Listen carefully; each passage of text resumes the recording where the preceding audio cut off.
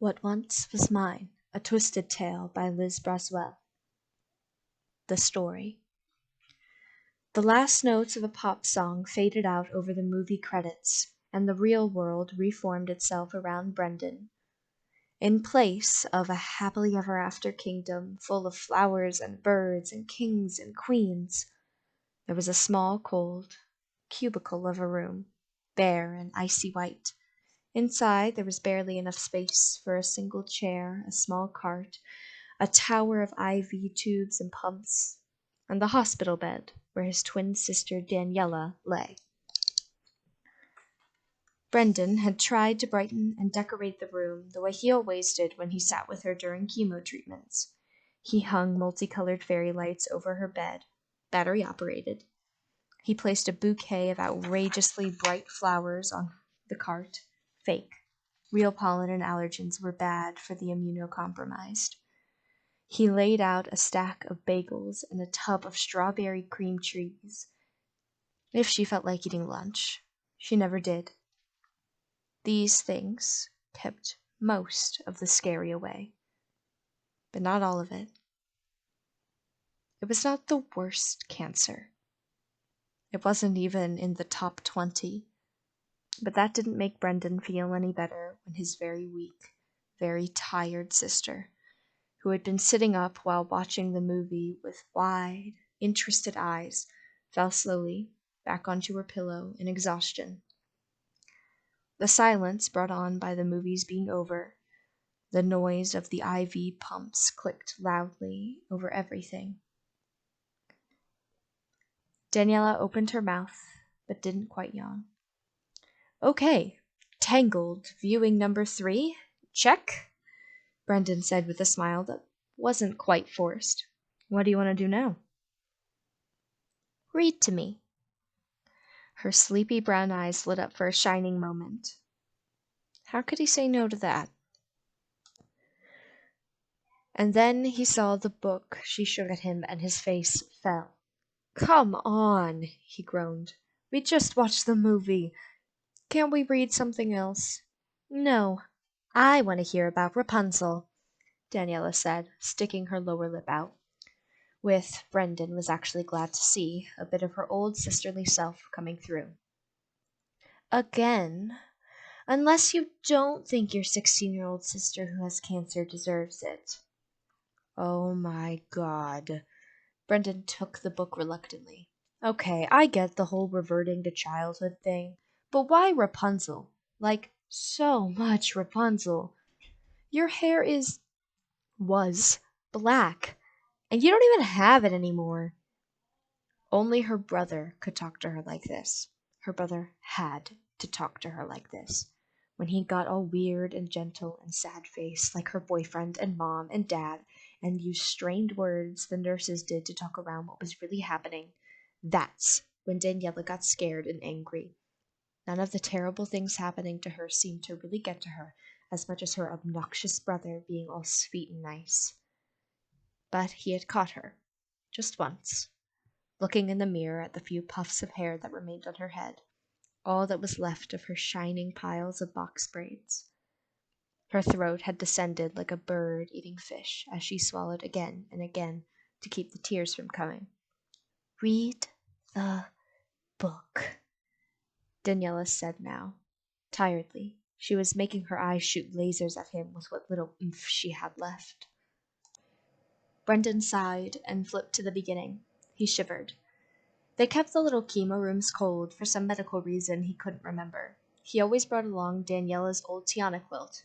Now it was tucked closely around her, along with the hospital blankets a kind nurse had autoclaved so that they would be worn. He looked at the opening page. Then he closed the book. Brendan, Daniela said, sleepily but impatiently. What about this? He said, getting an idea. We've read this book like 100 times. Twice? Daniela corrected, eyes closing. What if I tell it to you differently, like my way?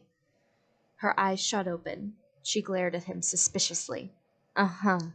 You're gonna make it dumb and have stormtroopers jump out or have the characters swear at each other and then aliens are gonna land and ruin everything. No, I won't. I promise. No silly anything. The exact same story, but different. Daniela narrowed her eyes at him. With Mother Gothel as the bad guy, and Flynn falling in love with Rapunzel, and Pascal, and the guys from the Snuggly Duckling, and magic. No robots or time travel. All there, I promise. No robots. All right, Daniela said, still sounding unsure, but definitely more awake than she had been a moment earlier. We'll try it. Okay, Brendan said with a smile. He opened the book as if he were reading. Once upon a time. A fairy tale beginning. Once upon a time, when the heavens still had some truck with what happened down on earth, the sun shone so brightly that on one fine spring day he shed a tear of pure joy. Where this drop of sunlight fell, there grew a magical golden flower. It glowed so warmly and softly, like morning sun, and had the power to heal the sick and injured. Only it never had the chance to. Once upon a time, those who knew the forest and were desperate for a miraculous cure sought its magic. But then war after war ravaged the countryside in those dark ages, and the plague took entire generations of wise women and ancient hermits. In time, the sun-drop flower almost entirely disappeared from memory. Many years passed, the world moved on. Yet eventually, one clever and evil young woman, guided by story and rumor, did find the flower again. Her name was Gothel. She could have done so many things with its magic.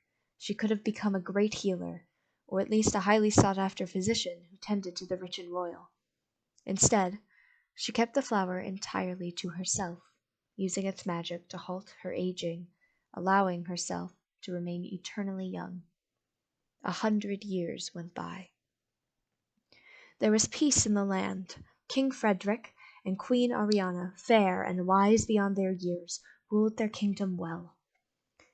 And just like in so many fairy tales, they had everything they could ever want, except for a child. While this was, of course, distressing to the king and queen, the lack of heir also unsettled the good people of the kingdom. Without a clear path of succession, all would be thrown into chaos and bloodshed again. The neighboring barons were always restless, hungry, and greedy for bigger holdings. After consulting good wives, doctors, priests, and charlatans, the queen finally conceived. There was at first great rejoice in the castle, but sadly, as happened all too often in those once-upon-a-time days, she grew sick as her time drew close, and seemed likely to die. Once again the king called upon the good wives, doctors, and priests and charlatans, and it was one last old crone who remembered the story her great-grandmother had told her about the secret of the sun-drop flower. The king immediately sent all his horses and all his men to comb the countryside for this magical glowing bloom.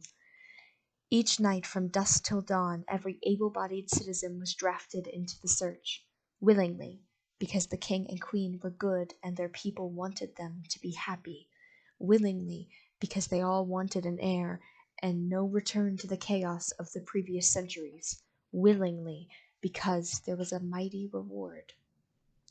And so the flower was found, and a tansin was made to soothe the fevers of the ailing queen. She soon recovered and bore a beautiful baby girl. All across the kingdom they celebrated, ignorant of the mistake that had been made, for it was not the sun-drop flower that the newly rich peasants had found. It was the blossom of the moon-drop.